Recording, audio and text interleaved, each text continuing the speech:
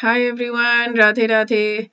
Okay, so I've had in the last few hours a little bit of a crisis of faith. So, if you want to go straight to the verse, you know the drill. Go scroll right until you see the screen. As long as you're seeing just my face only, not the screen, I'm just talking. Okay.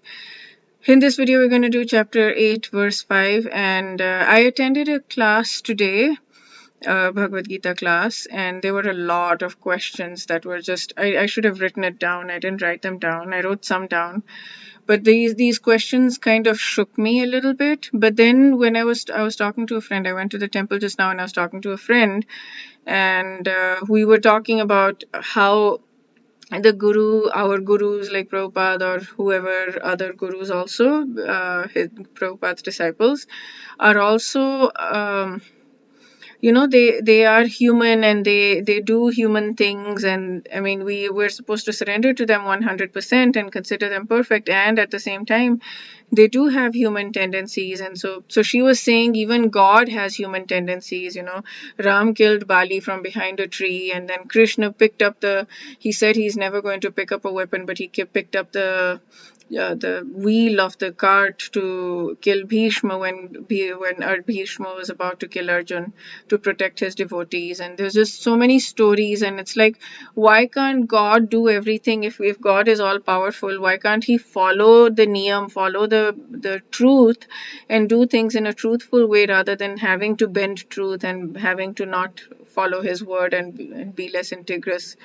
I mean, there are, of course, it's meant to be a leela pastime of Krishna, that he wants to show that his devotees come first and his vows come second.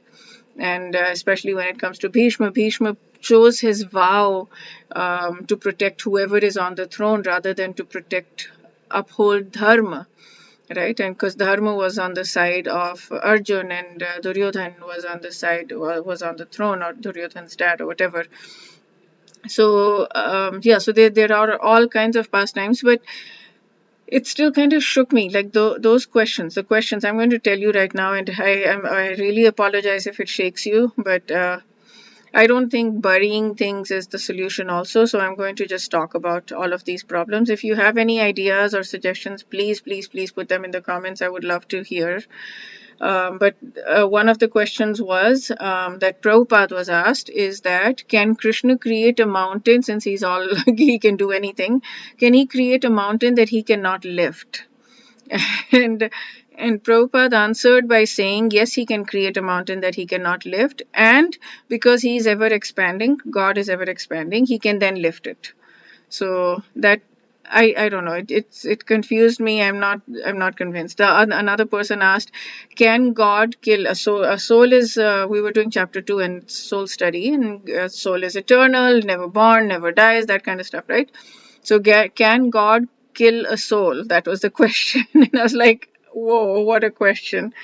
But it kind of shook me a little bit, and it's like, am I on the right path? Like, how do we know that Krishna? And then somebody asked this question, like, seers of the truth, in one of the chapter 2 verses, it says seers of the truth know this to be true.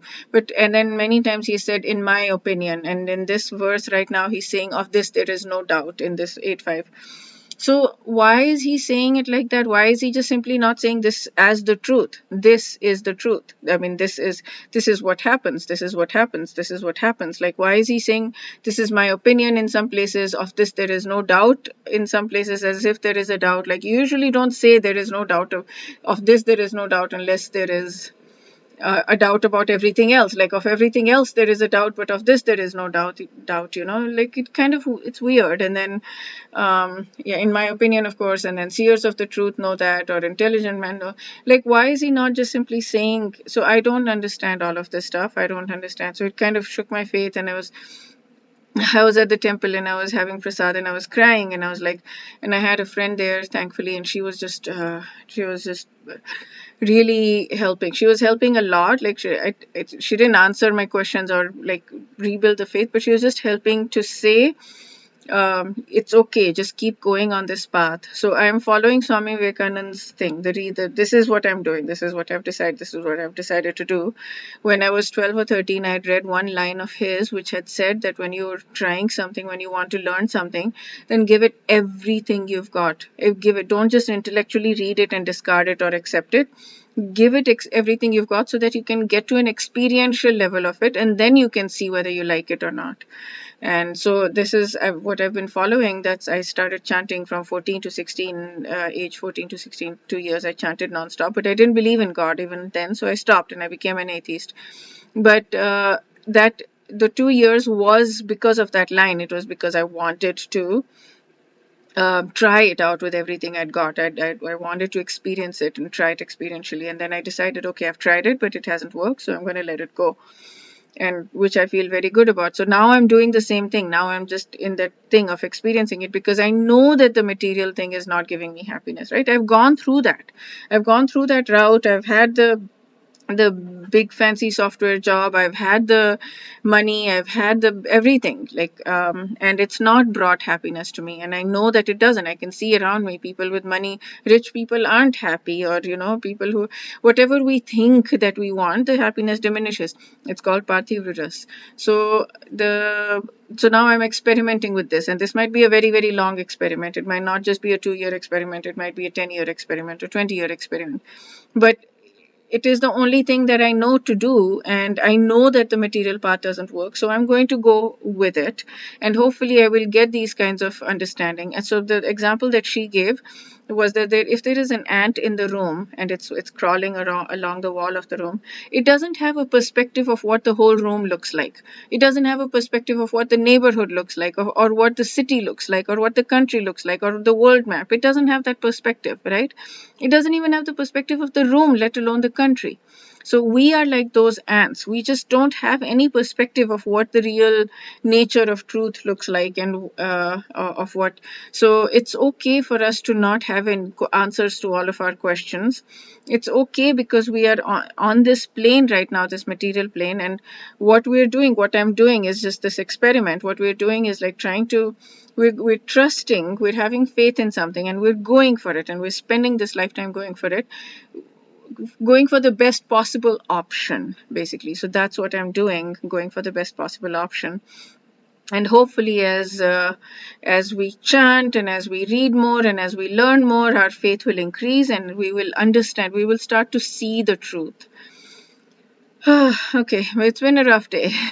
Rough last few hours especially. Okay, so let's go to the verse and let's sing the verse together. In this, Bhagwan Shri Krishna is answering how about the remembering him at the time of death. Okay. Antakale cha mameva smaran muktva kalevaram yah prayati samadbhavam yati nastyatra sanshayah.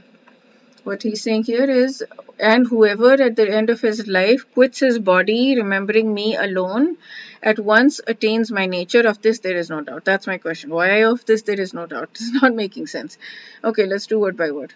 Anta kale, anta means end, kala means time. So at the end of life and end of your time. Cha mam, me, certainly smaran. If you remember me, muktva, quitting the body, while quitting the body, kalevaram. Muktva, like releasing, becoming free of the body. Yah, he who, prayati goes, he, mat bhavan, my nature, he who knows my nature, he who knows my nature, yati achieves, not asti, there is, atra here, samshaya, doubt. There is no doubt here. Okay.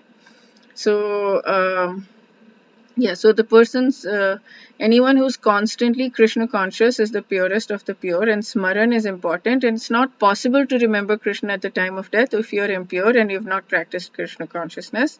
Therefore, you should do it, and you should chant. Constantly chant, constantly, incessantly he's saying, chant this Mahamantra. Hare Krishna, Krishna Krishna, Hare Hare, Hare Ram, Ram Ram, Hare Hare. And then in Shikshashtakam, Lord Chaitanya has advised that one be as tolerant as a tree, tarorapi sahishnuna. There may be so many impediments, but tolerate all these impediments and just chant. That's what he is saying. And when we do that, we will remember Krishna at the time of death. That's the goal. Here, of course, Swami Mukundanand doesn't talk about the chanting, but he says whoever remembers him at the time of death becomes godlike in character. He uses the word mad bhavan, which means bhavam. Bhav means nature, and mad means his own, so godlike nature.